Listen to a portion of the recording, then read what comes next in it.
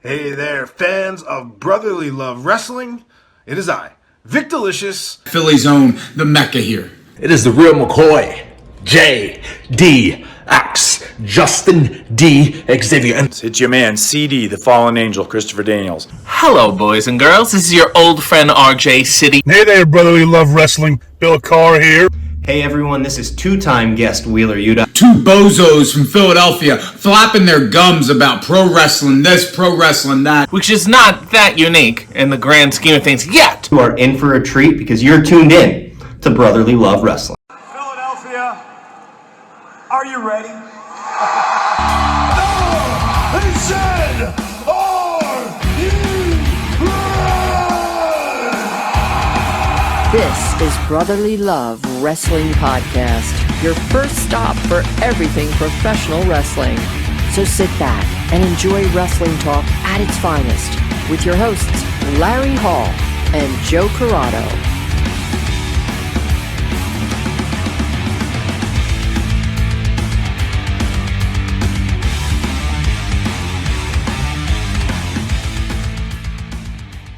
For the first year and a half that we dated, every Monday night she watched WWE Monday Night Raw with me.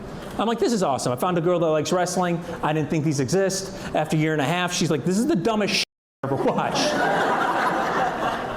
And I felt bad. You know, she was doing something she didn't want to do, but I knew what the right thing to do was. And I gave my wife the remote control. And you should have saw, she had the most beautiful, happy smile on her face. And she pointed the remote at the television. But before she could turn the channel, I hit her in the back with a chair.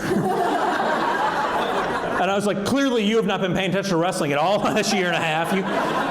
You should have saw us coming a mile away. She didn't see a flying elbow off the couch either, and I pinned her. I still walk around the house like a Macho Man Randy Savage. I'm like, you weren't thinking, Elizabeth. And she hates that because her name's not Elizabeth, but my ex-girlfriend is. Exactly. If she paid attention to wrestling, she would have got that reference.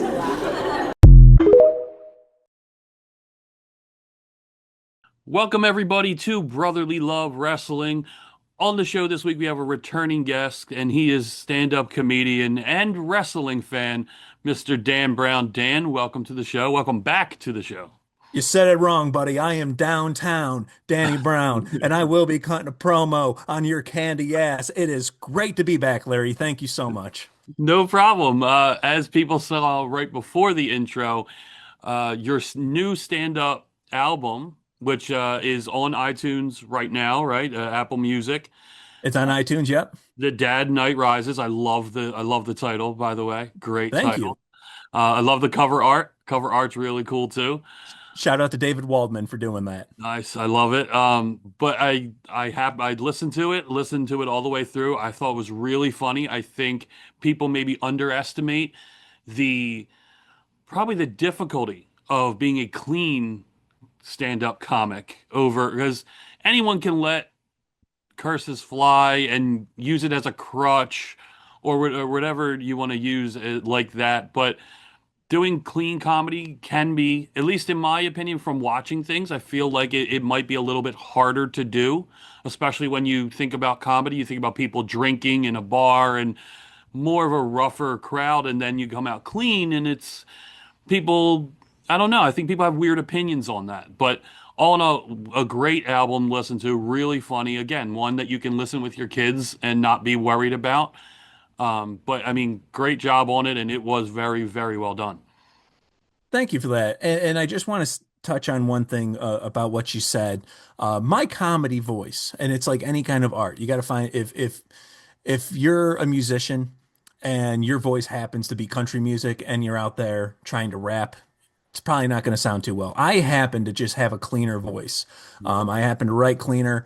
Some of my favorite comedy is dirty, filthy comedy. You know, so I understand where you know some people might get the confusion that clean comedians don't like that. No, I love dirty comedy. I love good comedy in general. Excuse me. You know, I just so happen to write cleaner, and there's different variations of clean. Like there's club clean, where let's say I go to a Funny Bone or I go to a Helium of sorts, and a club clean is hey, you can say fuck a couple times, just don't go too Yeah. out of control with it. You know, Just don't you go can Richard talk Pryor with it. exactly. You can talk about some sexually related matters. Just don't go like don't start talking about the old ladies and their cottage cheese thighs, as somebody once put it to me. You know, that's filthy. Yes. But then, you know, you start to find different levels down. Then you get, you know, you go from club clean to church clean, corporate clean. It's all TV clean. They're all different variations. I had the goal of doing a clean comedy album as something it's easier to put out on the market, I should say. I could put it out there, and if you buy it and you're 13 years old, or you buy it and you're 85 years old, it's not going to offend anybody. So that was the main goal, and thank you very much for checking it out. I'm happy to see that you liked it. Yeah. And that's the thing. As I'm driving in work today, listening, there's a couple things that got me that I wanted to make sure I talked to you about, that I wrote down in my phone in my notes real quick. And the one where you were talking about getting arrested and Yes. the officer giving you the phone and not knowing phone numbers, like, really had me laughing, because that's a major thing now. Because if you're a kid in the 90s, you had to know phone numbers. You had to know all your friends' phone numbers. You know what I mean? You knew Absolutely. like I still know my parents' phone number, and obviously my phone number in my head, the house phone number.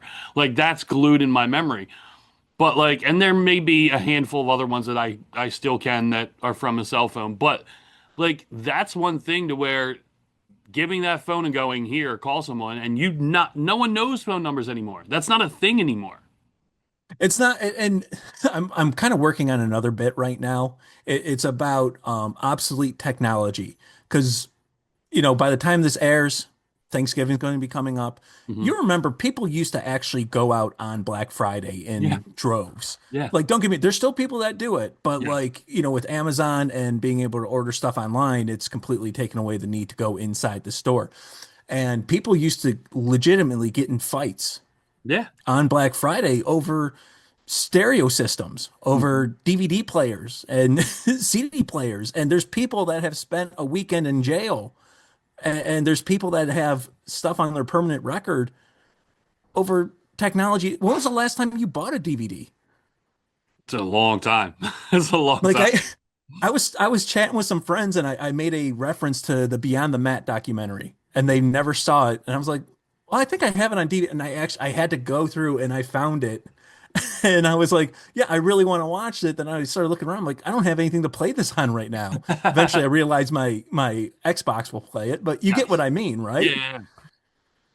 Absolutely. So yeah, that was an interesting bit to come up with. I'm glad it resonates with people, because it's so much less about being arrested, but more so with that relatability factor of, hey, this is a situation we're all in right now. If you guys watching at home, you see my dog Dusty coming in. Ooh, baby, I want to talk to you there. The other one that got me, and then obviously talking before we start recording, maybe you know what I'm going to say, but you said about going to college, and you were like, oh, well, I have the master's degrees from Notre Dame. And it popped me huge, because I was like, oh, shit, I did not know that. And then you were like, I could tell you that, but I went to community college. I was like, God damn. I was like, he got me immediately, because I was like, I didn't know Dan went to Notre Dame. Do you know where I got that idea from? No. I'm going to say one line. You're going to guess it immediately. It feels good to be right here on Brotherly Love. I do that at whatever the local college is to get the cheap pop. You know, all across Ohio, I do Ohio State. So Okay, yeah. I get the cheap pop. People like, yeah, you're one of us. You're one of us. And then I just pull the rug out from underneath them. So definitely got me good. I was like, oh man, I didn't know he was from Notre Dame. Like, God damn it, he got me. Definitely got me. But yeah, I mean, anyone who hasn't checked it out yet, definitely check it out. It is a great album. It's easy to listen to, goes by very quickly. And on right now on Apple, but are we going to see? Yeah, I think we're going to be seeing it on more platforms. Apparently, Amazon Music is also going to be playing it here soon, if not already. YouTube, you can find clips out on YouTube. If I was a better businessman, I would know all the platforms it was on, and I would be making a, concerted effort hey, you guys should buy the things that I want you to buy. I'm doing the crappy wrestling promoter gimmick right now, where I'm getting mad at you guys for not buying the product that I don't want to advertise. Yeah.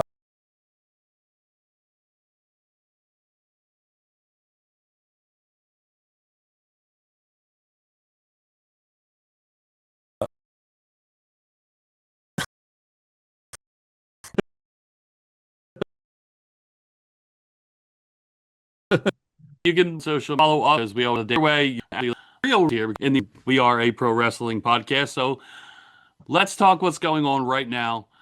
One of the biggest weeks of the year when it comes to WWE, because one of the big four are coming up, and that's Survivor Series. Recently, obviously, with time breaking down on the John Cena retirement tour, we are now almost, actually, as of today, as we record this, we are 1 month away from the final appearance of John Cena at Saturday Night's Main Event. And we have this. I just got to chill when you said that. Like, I literally just got to chill. Like, it still feels wrong. I agree. Saying that. I agree. But this bracket that came out, and we had a couple mystery opponents. They did that promo to where John Cena said, even people that don't work at the company. So then, of course, that had everyone wondering and speculating on who it could be. Now, we have seen on SmackDown and then on Raw last night the mystery opponents. Obviously, on SmackDown, we had the returning Zack Ryder, not Matt Cardona. And then on Monday Night Raw last night, we had Dolph Ziggler, not Nick Nemeth. Were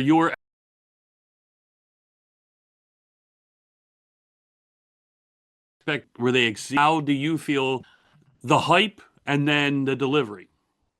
So when they announce people who may not be a part of the company, like everyone else, you start thinking, who could it possibly be? And of course, you're looking at TNA first. Yeah. Because you know that there's certain wrestlers they're just absolutely not going to bring back for, for this thing.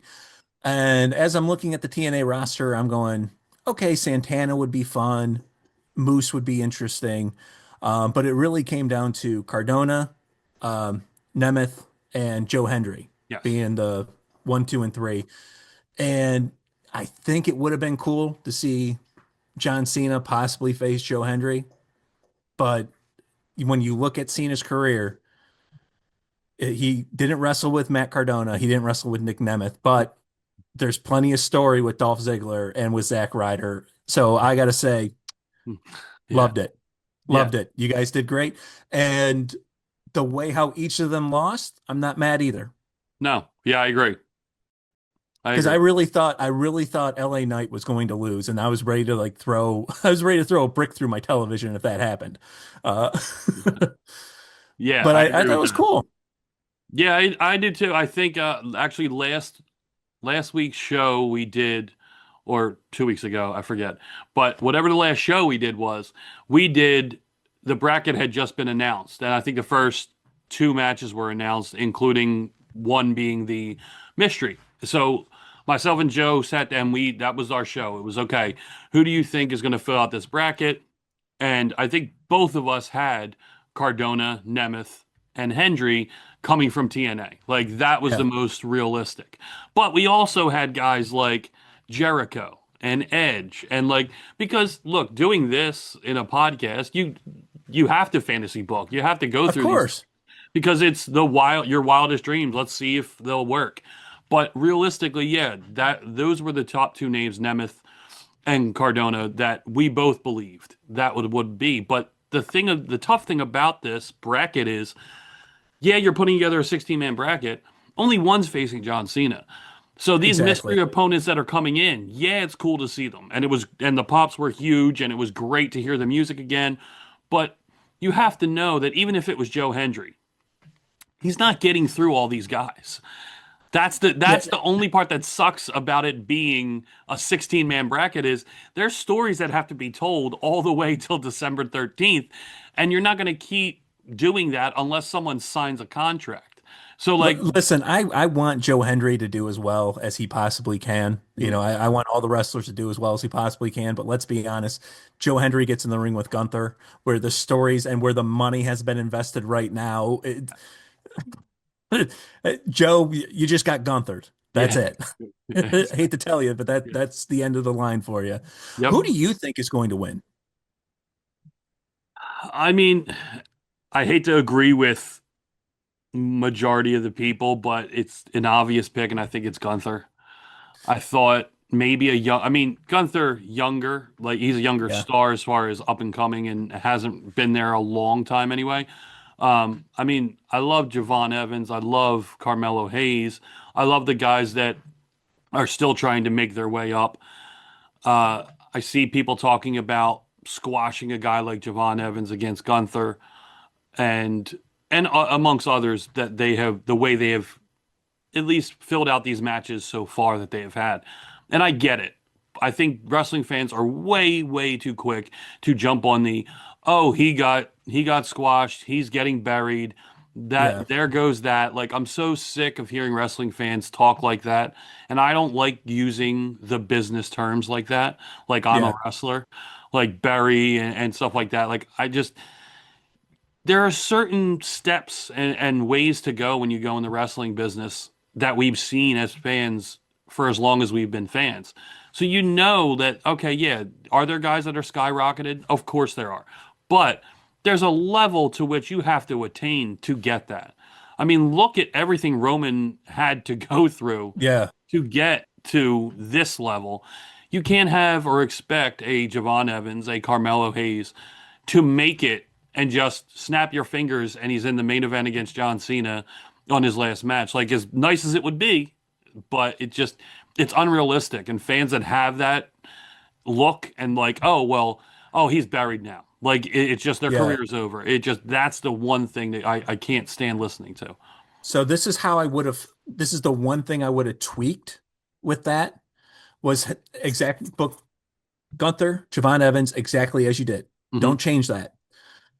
And this would have been a really cool throwback to when Cena was brand new, first night in the company, have, maybe a couple of the veteran producers in the back, people that somebody would recognize immediately, like Hurricane or, somebody else talking to him. Hey, you did a great job out there. Keep your head up. You're showing a lot. And then all of a sudden they stop and they back away. And then there's Cena with his IC title, just like The Undertaker did with his Undisputed Championship. Mhm. And Javon Evans, right? Good job, kid. And just go in for the handshake. Yes. And not that that's going to officially make Javon Evans, but it's, hey, we're putting some faith in you here. Yeah. Kind of thing. And that's going to resonate with the fans, and that's going to make the fans go, oh, this is a guy to watch. This is somebody that we need to make sure we're keeping our eye on, because John Cena told us to keep our eye on him. Yes. Yeah. Yeah. Exactly like The Undertaker. I did hear Bully Ray on Busted Open talk about it, like setting it up, or what he would have done with Javon Evans and Gunther. And he was saying about how you basically do the 1-2-3 Kid Razor Ramon finish. Yeah. Which you have him completely upset him, fall on a banana peel, and beat Gunther like that. And then just have Gunther completely annihilate Javon Evans right after the match. Yeah. Power bomb after power bomb after power bomb, and then choke him out. And then that way, Gunther now moves on. Javon can't go in the tournament. You get Gunther more heat, and then Gunther goes on and is now even more of the ultimate heel, winning and going up against John Cena, which I thought that would have been interesting too, because if losing that first match, but then finding yourself back into it to win it all, that then brings on the other heat from the other people. Hey man, he wasn't even supposed to be in here. Exactly. Now, granted, I'm still cheering for LA Knight. I still want to see LA Knight win. I'm not going to complain if it's Gunther, especially when you realize, hey, Gunther's going to be retiring 2 legends in 1 year. Yes. Now, granted, the term legend loosely on Goldberg, but yeah, I get what you're saying. he's a legend in professional wrestling fans' minds. Yes. Yeah. Maybe not his attitude, maybe not his business sense, but you get what I mean. Yeah, of course. I think you know the Cena retirement run, everyone's got their opinions on it. Okay. And I didn't hate the heel run as much as everyone else because I thought he still had some really good moments. And quite frankly, the part of the heel run where the ball got dropped wasn't on Cena. No. And it really wasn't on Triple H. It, and Triple H has done some bad booking. I'm not going to Yeah. deny that, but He's not perfect. he's not perfect. But really, it's two things happened this year that really screwed up the rest of wrestling as a whole. It was The Rock dropping the whole Cena heel turn and wanting Cody's soul and just having no end for that whatsoever. That's been one of the big things. The other one, and I don't think people are really ready to realize it or admit it yet, wrestling is at its best when Roman Reigns is on top as the heel world heavyweight champion. Because everything else just happens to fall into place at that point. Mm-hmm. So I think one, I'm never a fan of having two world champions. I've always thought that was dumb. Mm-hmm. And I think as much as I love Cody, man, you're not Roman. As much as I love Punk, man, you're not Roman. And as much as I love Gunther, man, you're not Roman. It's just I think those two things more so in particular have been the downfall of WWE. Yeah, I mean, I 100% agree with The Rock for Yeah. sure, because how can you do the whole soul thing and then completely act like it never happened, and then you do the Travis Scott bullshit, and you have him come out at Mania, but you don't have Rock come out at Mania. It turns out to be one of the worst WrestleMania main events of all time, ruining a great night of WrestleMania as well. I said this too after WrestleMania because night one was underwhelming, but the main event just slaughtered. The card should have swapped. Night one, if you would have switched the main events, night one would have been the worst WrestleMania of all time, and night two would have been one of the greatest WrestleMania yes of all time. Yep. And it sucked because, quite frankly, Cody and Cena were having a pretty good match up until that moment. Yeah. Yeah. And that's the hardest part is that point, is that everything was spoiled because of Travis Scott. And the funny thing is, when that Rock moment or Cena turn happened, and you had Travis Scott fucking potato Cody in the ear, you had him do everything that they did in that moment. I remember the next week coming on the show and talking about it and saying to Joe, I said, you watch 5, 7, 10 years down the line and we're seeing this footage again, we're never, ever going to remember about Travis Scott, and he's going to ruin that visual of the end of that match or that angle, because he's holding his hand up with Rock and Cena. I said he ruined, even though that part was great, that whole night and at the end was great. I said Travis Scott is the reason that this is ruined, is because you'll never remember him again. This will never. Yeah. And then that happens at Mania, and I turned around to Joe and I said, "I told you." I said, "This guy, look," and now he's gone, and we're never going to see him again. And he is in two of the biggest moments in WWE history, and he's just an afterthought. And so the night of Elimination Chamber, I was in Tampa. Wesley Chapel, just outside Tampa. I was at the Side Splitters Comedy Clubs, and we're about to do the second show Saturday, and I'm all excited. And the MC of that night is a big wrestling fan, so he has Peacock on his phone. Meanwhile, my middle act is wrapping up his show, and I'm like, "Come on, man! Like, give me 5 more minutes. The pay-per-view is about to end." And I told him, like, in the green room before the show, I was like. And this is one of the other issues, is that I think people always thought, man, what's a Cena heel turn going to look like? And then they saw it and they're like, well, I don't know if we really wanted this. It's something we thought we wanted, but didn't. Kind of like the Undertaker streak being broken. It's, oh man, who's going to break it? I want to see it broken. Then you see it broken. And you're like, well, this was kind of disappointing and sucked. So anyway, luckily the pay-per-view ends before it's my turn to go on stage. So I'm watching that. However, I'm in such a pissed off mood going on stage because now it's like, hey, the big hero is now a villain. You know, Luke Skywalker joined the dark side, kind of thing. And now you got And to go be funny. hey, now I got to go be Mr. Happy for Yeah. for the next 50 minutes. Yeah, that's rough. I mean, yeah, that's the one thing, and I selfishly laughed about it afterwards about 41 was because I said as much as I hated it, and at the time I was like, man, this sucks. I thought about it and watched Mania over as I typically do afterwards, and and I look at Joe and I go, you know what's funny and makes me laugh? That that didn't top WrestleMania 40 because Yeah. because obviously Philadelphia being WrestleMania 40 and being at that main event, some calling one of the greatest main events of all time of WrestleMania. And like my biggest worry was, fuck, if Vegas tops us and we're just forgotten again, and then this happens the year after, I was like, yes, yes, Yeah. Vegas sucked. Like, yes, Philly is still good. Like, just selfishly, just for my hometown to have a good Mania. Like, I was like, that makes me feel so much better. But I mean, as a wrestling fan, And by the way, that was a good 2-night Mania. yeah, yes, That was a good 2-nighter. It's yeah, I know. well, so I got to ask you, are you disappointed that John Cena is not in the War Games match? No, no, I'm not. Me either. No, I remember like early spoilers and rumors about it and them saying that, and I was like, ah. So, and you're going to allude me to my next point about moving forward with this, with John Cena going into that, and that is, so we again have something happen last night on Monday Night Raw to further the storyline going into Survivor Series, as you said.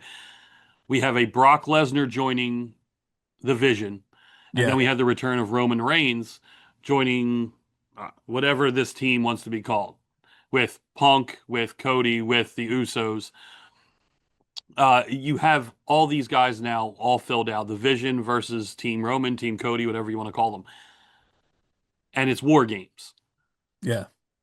I've been loving War Games in NXT because War Games in NXT, and this may be a Shawn Michaels thing or what, I don't know, but the build to War Games you slowly saw happen in NXT, and it made sense, and it was a build up to a final resolution. Yeah.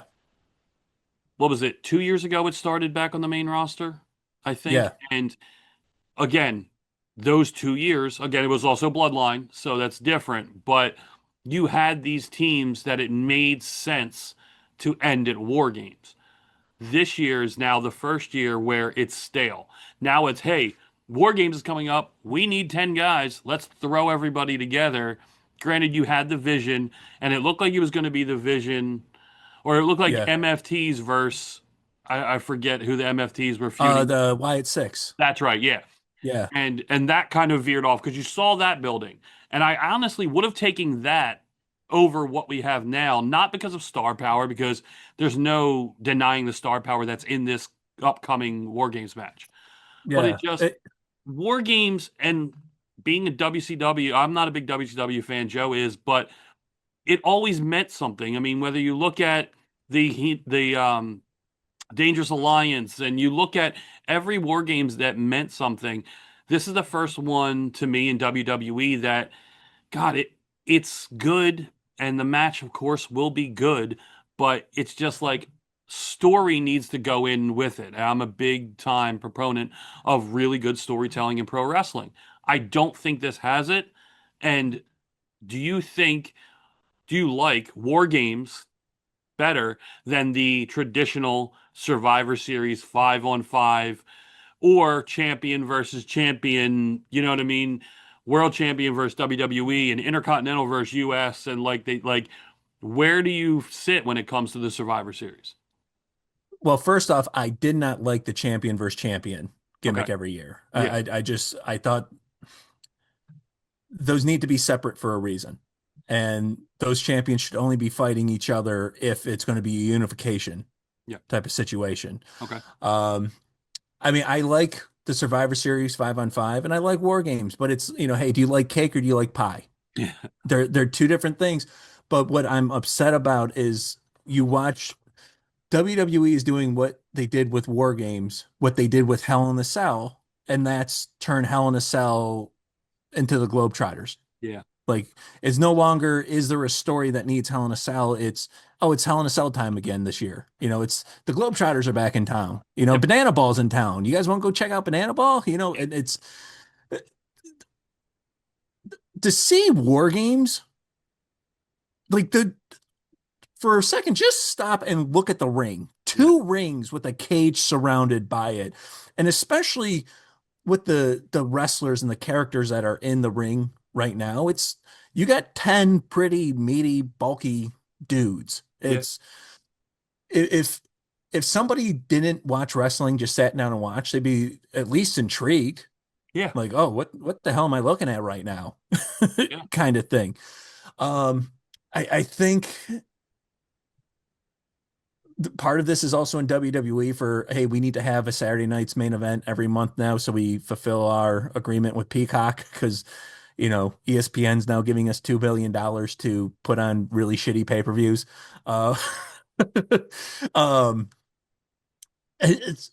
It's like, hey, we don't have as much time to focus on what the main story is.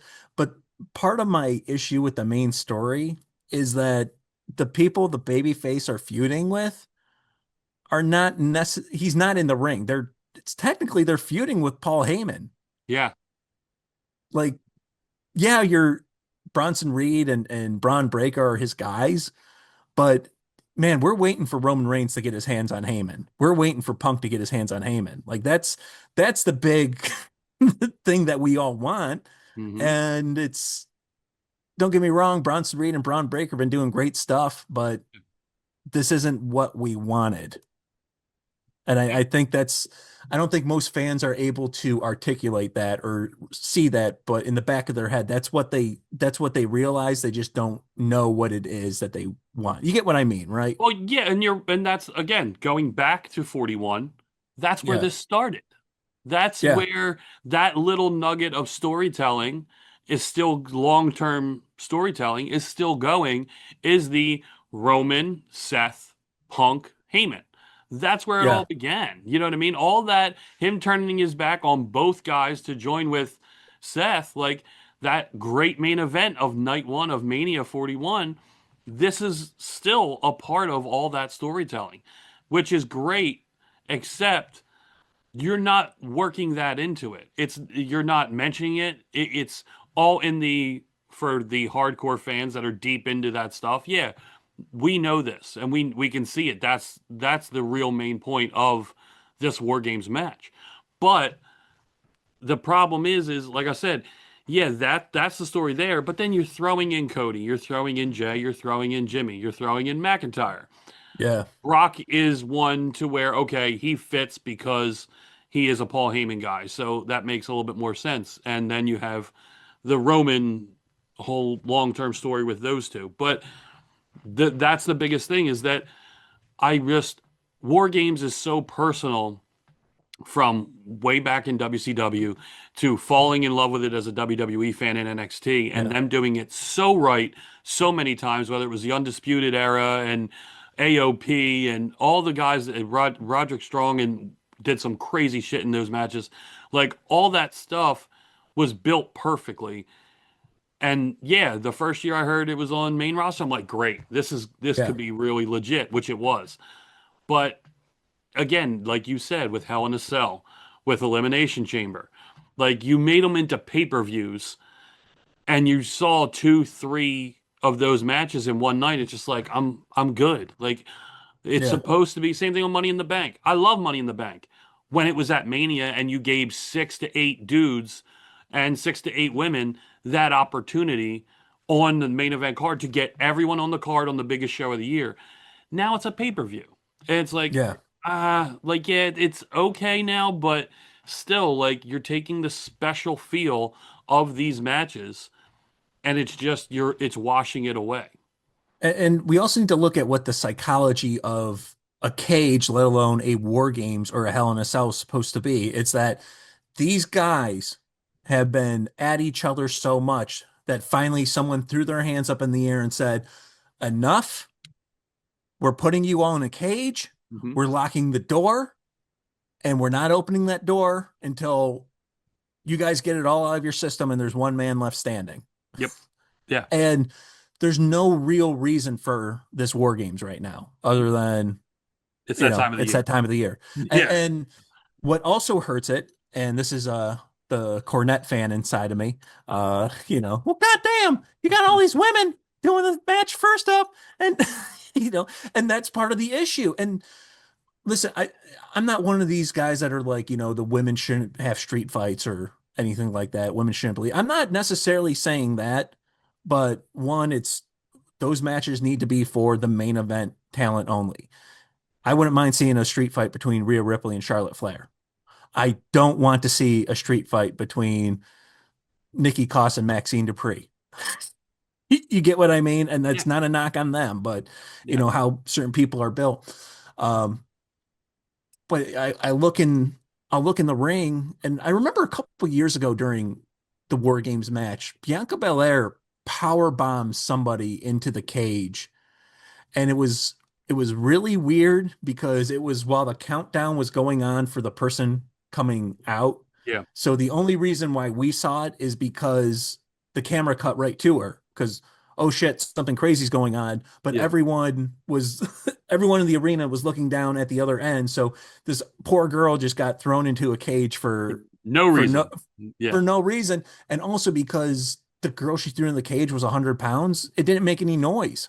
Yeah. Like when Drew McIntyre gets thrown into the cage, it's going to rattle. When Brock Lesnar throws somebody in the cage, that thing's going to rattle. It's going to make some noise, and it's going to put some, it's going to make us at home feel that like, hey, we know that this is predetermined, but it's going to lose the Larry Halls. It's going to lose the Dan Browns for a quick minute and be like, oh, God damn. Yeah. Yeah. And so that's also my issue when it comes to like women's matches where, you got these 100-pound girls like Irish whipping each other into the ropes. And it's like, if you're that small, you're not going that fast. You could literally grab onto the rope and stop yourself from running away.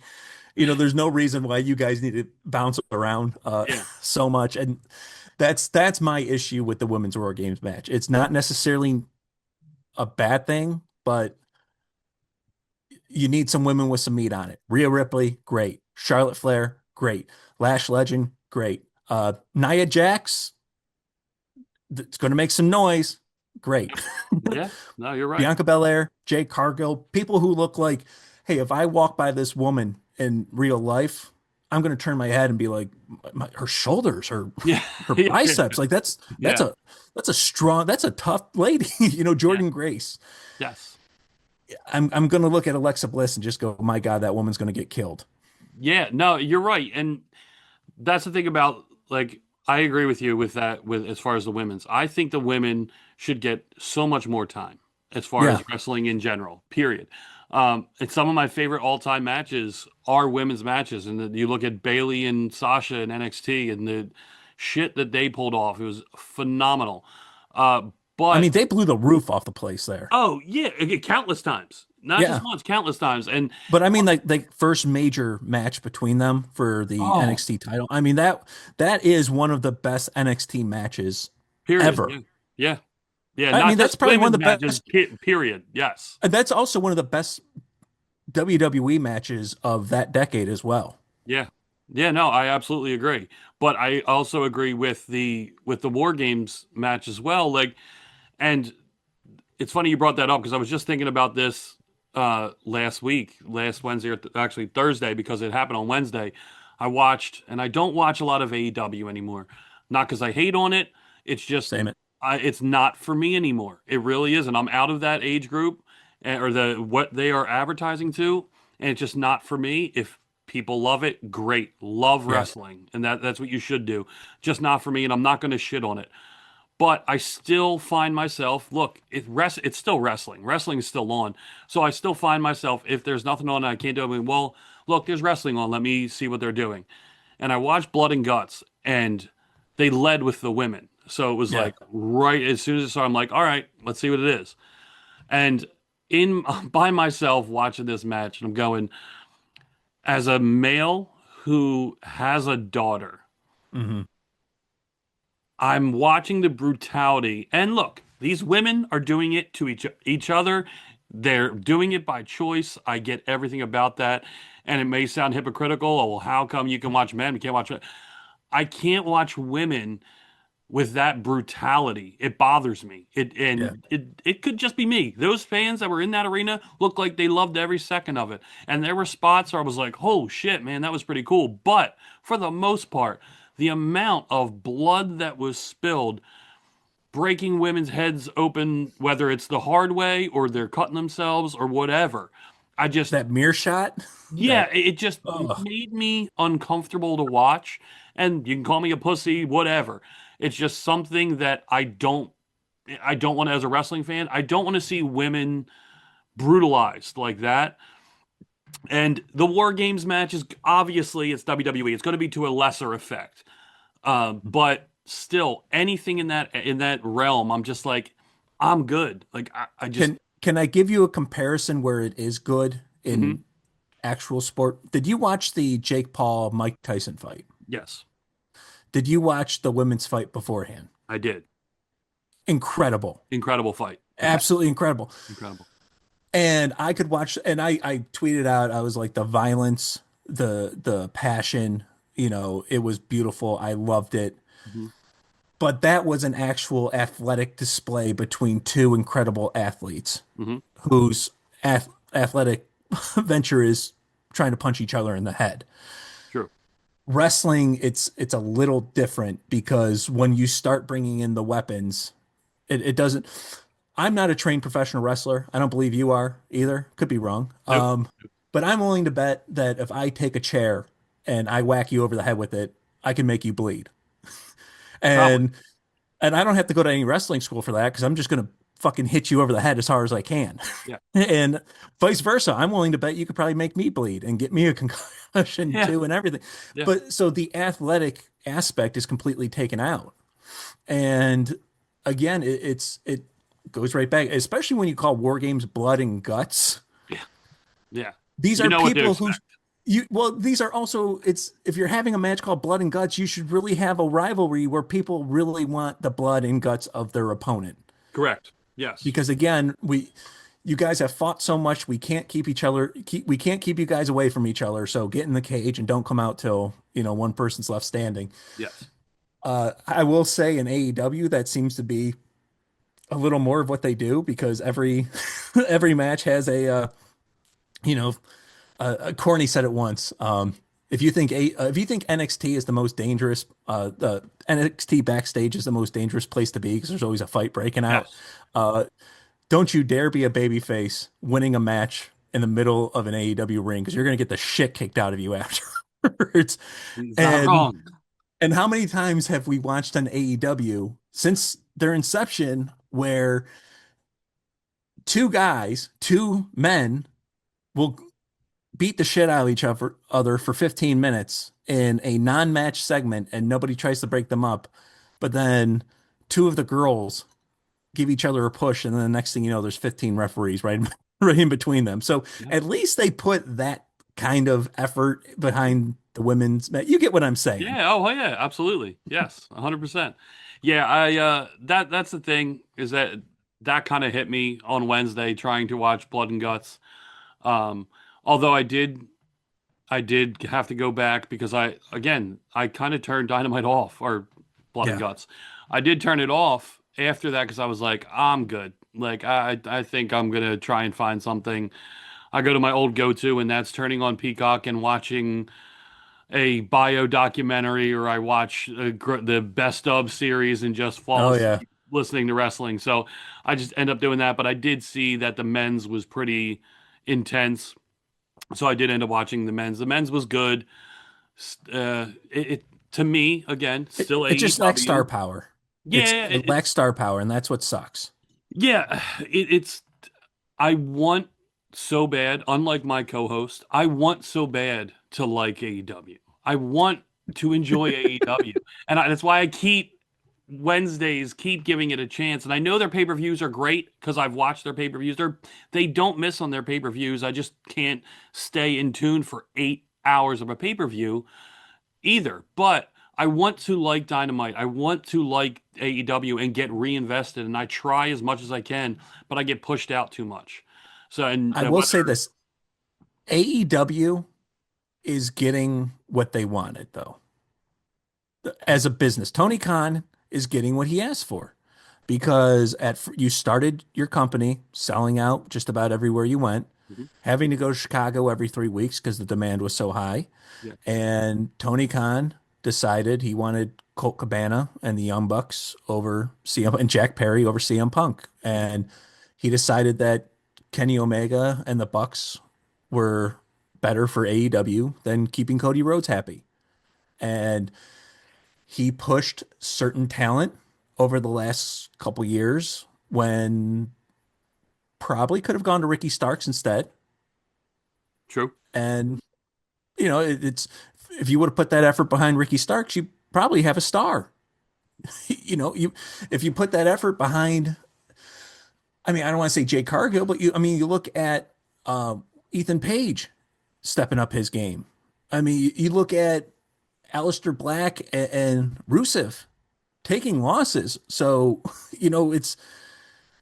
were they unhappy doing jobs in AEW, or were they just unhappy with the direction everything was going? Mm-hmm. Yeah. And what happens now? You used to go to Chicago every 3 weeks and get 10,000 people. And last time they were there, they had a 3-week residency, which looked like it was in an abandoned Chuck E. Cheese. Right? Yeah, no, you're not wrong. Yeah. And one of my friends, and he has a shout out to my friends over at Love Wrestling, and what they do. He called WWE the big bullies, which I will never say WWE are not bullies. I won't. I won't. I mean, look, defend them. Definitely an argument for that. I can see that. Yes. Having said that, if WWE's bullying MLW, I'll admit that immediately. Okay, but you can't bully AEW, because one of two things has to be true: either Tony Khan is a billionaire, or Tony Khan is a son of a billionaire who's got his daddy's credit card. Either one. One of those two things are true, and because of that, you can't bully that guy. You get every ounce of criticism that comes to you, and you deserve it. Not only that, I could be wrong, but I'm pretty sure the one who started the War of the Words was Tony Khan. Yeah. Tony Khan. Triple H followed up with the Pissant Company after they started going after NXT. The Pissant Company thing with Billy Gunn at Hall of Fame was only after Wednesday night started. So the Pissant Company wasn't the one that started. No, not yet. No, AEW started, but they didn't have any shows yet. Yeah. No, it was because that happened in 2019, and AEW didn't hit television until they became a company in 2019. Officially. Right? The new January 1st, the announcement came. Yes. But they didn't have their first pay-per-view until May, I want to say, maybe June. Probably. And then they didn't get their TV deal till September. Yeah. Or I think it was October, honestly, because I think their anniversary is always in October. Okay. Because I know Philly had their 1-year anniversary. We went to that show, and it was an October show.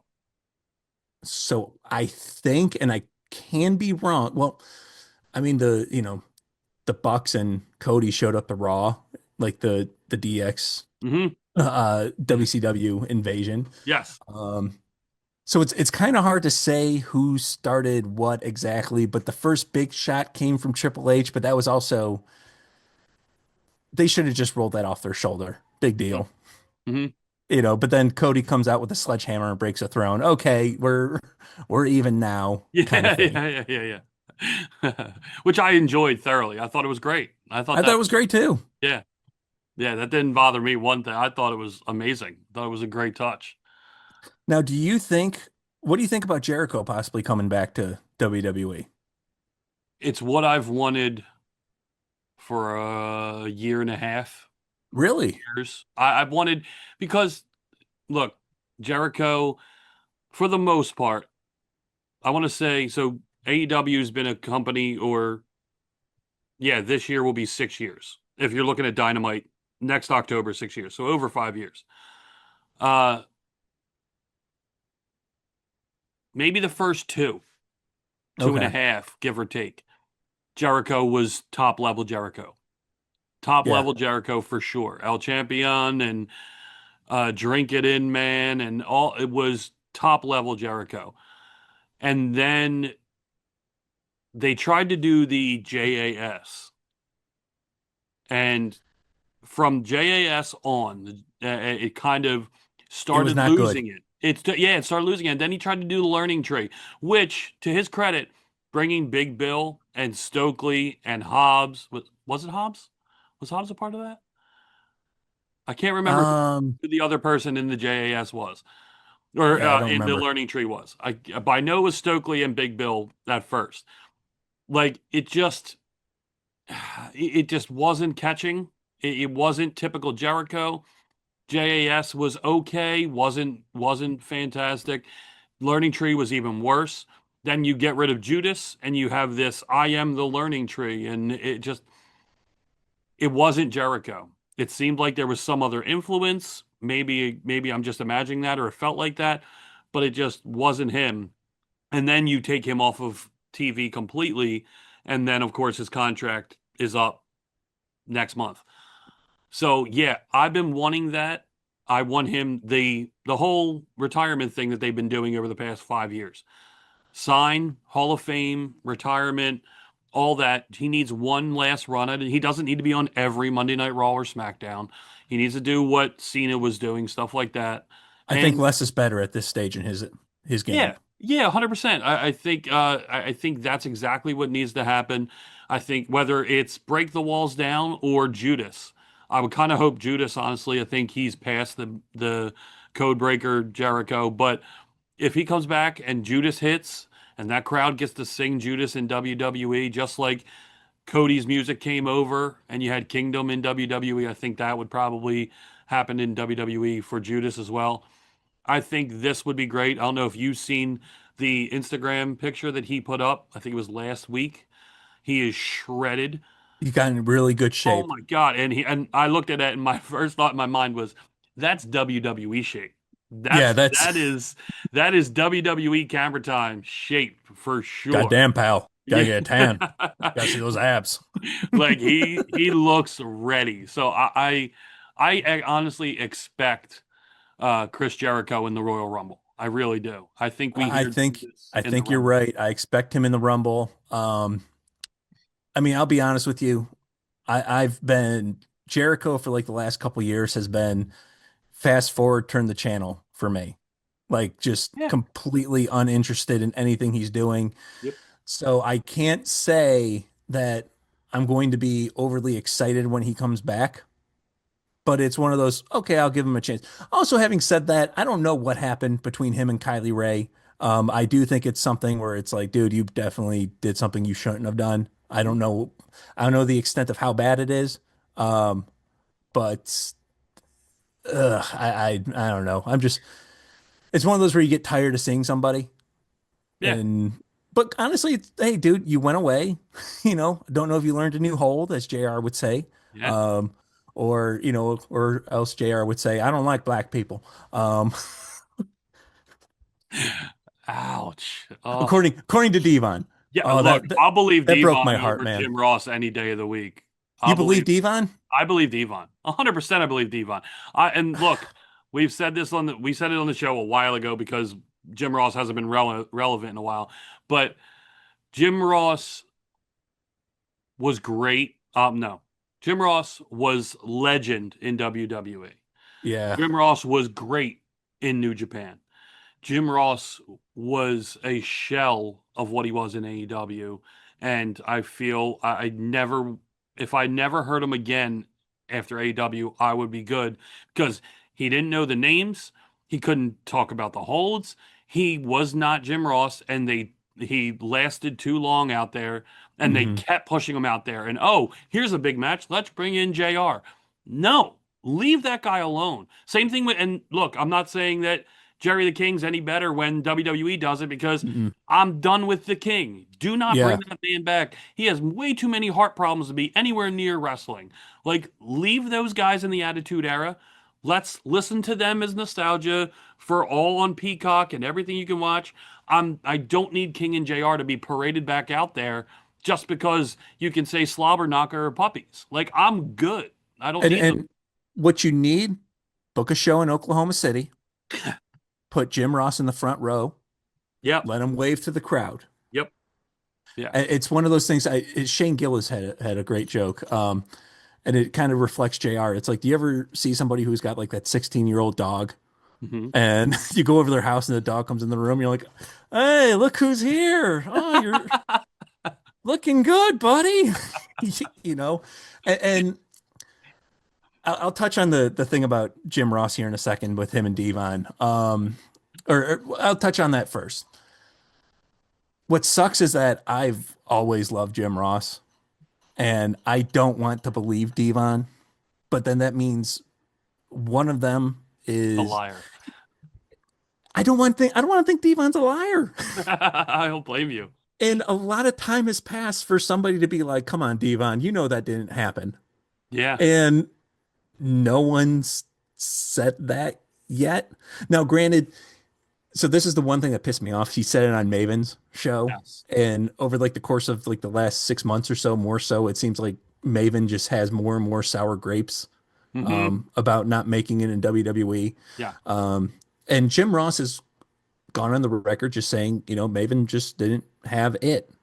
Essentially, you know, there's plenty of clips you can find online where he's like, he's good shape, he's in good shape, he's a smart kid, good athlete, but you know, he wasn't made for, you know, the big times essentially. And so I think there's still a little part of Maven when I watch that where, at least as a skeptic, I hear that. Yeah. I get it. But also, as you said, and I kind of agree, it's one of those where, you know, I hate seeing Jim Ross out there and just being a shell of himself. And it kind of goes to show with people like Goldberg who bitches about the retirement. It's, hey, not everyone, especially in wrestling, gets the retirement they want or deserve. Nope. Exactly. It's one show I listened to, he was like, look at Ric Flair, look at the legendary career he had, and he died on a county fair ground a couple of times in his retirement. You know, it's Jim Ross probably could have stopped commentating. I'll give him the first year in AEW. First year wasn't too bad. Occasionally he flubbed up and he called Paul White the Big Shower, you know, whatever. Yeah. But okay, overall he gave it credibility. He gave that announce team credibility. I mean, the last 5 years really probably didn't need Jim Ross on, except for some of the really big moments like CM Punk's return to wrestling. That was cool, but yeah, sorry, Jim, you overstayed your welcome. Yeah, look, I mean, you can say it about multiple people. First of all over the world, let alone pro wrestling. And it's one of my favorite quotes in the history of cinema. It's that you either die a hero or you live long enough to see yourself become a villain. And obviously Jim Ross is not a villain, but in that vein, it's just like Hogan. You know what I mean? Look, you were this hero for so long, and then you stayed around just past that point to where you became a villain. That was it. And a lot of his legacy is that he is a villain. You know what I mean? And look at all the people that shit on him after he passed. You know what I mean? It's just, it is what it is. You know what really sucked about Hogan was that you would always hear stories from like guys in the 80s being like, you know, it's a really piece of shit is that fucking Hulk Hogan. Yeah. And you would go, okay, sour grapes, they're just jealous that they didn't reach the levels that, Hogan did. But then this little thing called the internet really blew up. Yeah. And not only did you have these stories that you would hear every once in a while, but you could hear them in a playlist on YouTube one after another. On top of that, you kind of get these documentaries where it's like, or these fan made documentaries too, where it's like, Hogan did this and Hogan did that, and Hogan wanted the backstage power. And, even Nash was like, writing Nitro, and, you get to 7 o'clock and then 7:30, somebody with creative control comes in and goes, that don't work for me, brother. And, that's from somebody who liked him. And then on top of that, you get all the weird Hogan lies. Like, I was almost the bassist for Metallica. I was scouted by the Cincinnati Reds. I did Make-A-Wishes with Michael Jackson and Mr. T. That The I George wrestled at Foreman Wembley. grill should have been mine. And for years, I believed that one because it was on Hogan's Knows Best. Yes. And as they explain it, you hear these other people. It's like, yeah, they wouldn't call one person and just be like, well, he didn't pick up the phone. Let's call George Foreman. Like, it'd probably be like, hey, let's give him an hour. Yeah. It's At not like least. this has to go to market right now. Yeah, exactly. Yep. Yeah, it's unfortunate. And I mean, I've been very fortunate to meet a lot of my wrestling heroes growing up. And thank God, for the most part, everyone I've met has like lived up. I always wanted to meet Hogan because he was Hogan. And honestly, Of course. even up till last year, I kept trying to plan to get to Clearwater because I have family down there. And I kept telling my wife, like, well, if we go, we got to go to Hogan's Beach Shop. Like, we got Hold on to. 1 second. Hold on.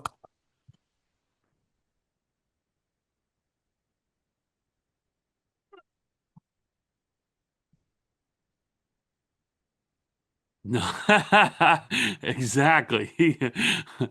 The first time I did that club outside Tampa, I made a point to drive to Clearwater Beach to go Yes, to have Hogan's Beach. That's have what I lunch kept at telling- Hogan's Beach Shop. I kept telling my wife, I said, we got it. I'm going to try at least once, maybe not, maybe even twice, to run into him. I said, because I don't care what it costs. It's Hulk Hogan. I have to meet Hulk Hogan. And then after this, I'm like, oh, like there it go, like that. Man, if it was a year or two ago and I could go, I still look for every Yeah. bad thing it said. It's still Hulk Hogan in the ring.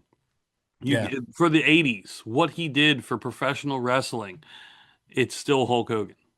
To me, he was the one guy whose past art I could still appreciate, even though knowing who he is. Like, it's Bill Cosby was my favorite comedian growing up. And knowing the monster he is now, it is very hard to laugh with a monster. Yeah. You know what I mean? Yep. But I can watch Hogan's old matches and still get that like excited feeling. My first memory of professional wrestling actually was it was one of the WCW, I think it was WCW Saturday Night. I think that's what it was called. And my dad just had it on. My parents were never big wrestling fans, but it was Hulk Hogan coming out with was it Dave Sullivan? I think so. Was that who it was? Or not the Jesus Christ, I can't believe I'm blanking on it now. But you know who I mean. And he came out with Brutus the Barber Beefcake and whatnot. And yeah. Jimmy Hart's holding the World Heavyweight Championship in the background, and Hogan's cutting a Hogan promo. And meanwhile, so this is my first introduction to wrestling, and he kept calling him brother. I legitimately thought that was Hulk Hogan's brother, because when you don't know, but so years later, I'm like, yeah, the first thing I saw, Hogan was talking to his brother, and I was never able to find the clip because I didn't know, like I kept looking up Hulk Hogan's brother. Yeah. And then I was like, well, maybe it was a cousin. And then I was on another show and they had like this guy who like knew everything about wrestling and could find it. And he actually found the clip for me. So from 96 up until 2024, I had never seen that clip again. And then finally I saw it and I was like, that's yeah. But it's like you said, Hulk was Hulk. I remember in 2002, was it 2003 when he came back to SmackDown and he got that 8-minute ovation Mm-hmm. on a taped show. Yep. Yep. It was incredible. Yeah. Well, look, and that's the thing is that even in the height of the controversy, you look at WrestleMania 35, the opening of WrestleMania 35. Me and Joe were there. We were in attendance. And when Alexa Bliss snapped her fingers and that music hit, there was not one person sitting, booing at all. Everybody popped. And this was fresh off of everything. There was something about that man, that music in a wrestling event. It doesn't matter at that point. You are in that bubble and you're returned to being a kid. It is what it is, whether you like it or not. It's just something that kind of takes over your body. Yeah. Like it's hard to explain to people that don't get that, but I mean, it is what it is. And like you said, being there too. Like, yeah. And I'm not a big fan of WWE bringing Brock Lesnar back after everything that he's faced. And we can argue semantics all we want about what he did or what he's accused of doing and whatnot. I think, listen, King Shame, call me that all you want. What he's accused of is at least kind of weird. Yeah. In my opinion. At the least. Yeah. But if you didn't know he was coming back and you were in that arena and the being known as Brock Lesnar returns, you're going to freak out because you're literally in the environment as it's going on. It's easier for me to watch on TV and just go click because I at least have that one level of disconnection. But like you said, I remember watching that thinking like, hey, everyone's shit talking Hogan, but not one person sitting down, like you said. 100%. Yeah. It's something about professional wrestling that no one but professional wrestling fans will get. Yeah. You know what I mean? And it's funny that I say that because the shirt, it's a wrestling thing you wouldn't understand. Shout out to my nephew who bought me this shirt. My nephew Carter got me this shirt. There's something about professional wrestling. It's why we do what we do, podcasters, why you can go onto a stage as a stand-up comedian and reference pro wrestling with your well, now wife, but at the time girlfriend, where you can bust into a Randy Savage voice. Like it's just, and it's completely normal. And it's why wrestling fans are the way they are. When you're out in a grocery store and all of a sudden you walk past a person that has a DX shirt on out of nowhere, it pops you huge. Or something that only a wrestling fan would know. A DX, NWO, Stone Cold, like you see a shirt like that, most people will know it anyway.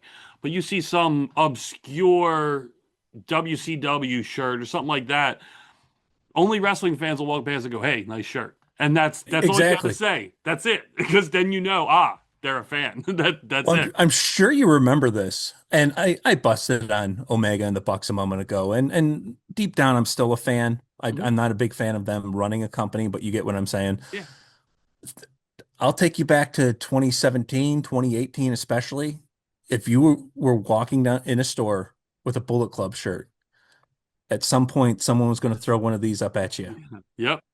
And I can't tell you how many times, like I went to Walmart or something and someone's like, I had this really cool Bullet Club jacket and it's right. Oh, dude, that's awesome. And, or some people come up to me on their phone and be like, you know, and it's, to be a wrestling fan is truly something special. And it is a community that is a special community to be in. Yeah. So, and to end the show off, since we were talking about it and kind of leaned right into it, man, you know what? I'm like, Joe, you're putting Joe to shame with just leading me down every road I need to go.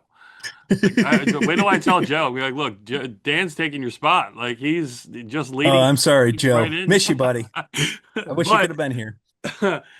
Do you think it is now cool to be a wrestling fan again? Do you think it has finally come back around from the Attitude Era to where wrestling fans are free to roam amongst everyone else wearing wrestling t-shirts? And is it cool to be a wrestling fan again? I don't know if it's cool. It was definitely cool going into WrestleMania 40 when The Rock came back as the final boss. Yeah. Like, and watching some of the greatest television that's been on wrestling in a decade. Yeah. I think what we are seeing is such a weird shift in culture that we've never had before, to where we have so many different available media, so many different available trends, that you're going to find your spot somewhere. You know, think about like how you go on TikTok and there's somebody with 170 million followers and you've never heard of that person Yeah. in your life, but 170 million people know who that person is and follows everything, single thing that we're living in a time where celebrities aren't celebrities anymore. Yes. And I think wrestling is kind of like the bar right now for everything. If it's something more popular, it's going to find its way back to wrestling. And if it's something not as popular, it's trying to get itself into wrestling. I like so that. You get what I'm saying though. It's Yeah. You turn on Raw, especially this past Monday night, and when they're in New York City and you see all the celebrities and athletes that they got coming out, some of those people got no pop whatsoever. And those are the people that no one don't want to say no one gives a shit about, but you get what I mean. Yeah. They're not fans of the kind of product that those people are putting out, but someone is a fan of that guy or woman somewhere. And then all of a sudden you see the guy from Hamilton get a massive pop. Yes. A guy who wrote a musical got Yeah. a pop on a wrestling show in New York City. That is the world we're living in. Yeah, that's true. Yeah. Yeah, I can't argue with that. Well, Dan, it was great having you. Great talking to you again. Everybody, check out Dan's newest comedy album. It is on, let's just say it's on multiple places you can look. And by the time you hear this, watch this, it could be on Amazon. It's already on YouTube, already on Apple. The Dad Night Rises. Check it out when you get a chance. It was great talking to you, man. Good seeing you again. Thank you for doing the show and talking with me. Thank you, brother. All right, ladies and gentlemen, we hope you enjoyed the show. Thank you for watching. If you see below, you will see our sponsor, Stockland Construction. Check them out in the Philadelphia area. All the construction, they just literally did my house, did a beautiful patio for me, cement patio. Take a look at them, help them out, local business, local construction. Take a look for them. And we hope you enjoyed the show. Thank you for watching, listening. Coming up later this week, we will have Dutch on the show. Dutch from The Righteous, from AEW, from ROH. He'll be joining, talking everything that's going on in his life, and knowing him, everything else other than wrestling. So stay tuned for that. Thank you for watching. We hope you enjoyed. Don't take any shit from anybody. See you guys.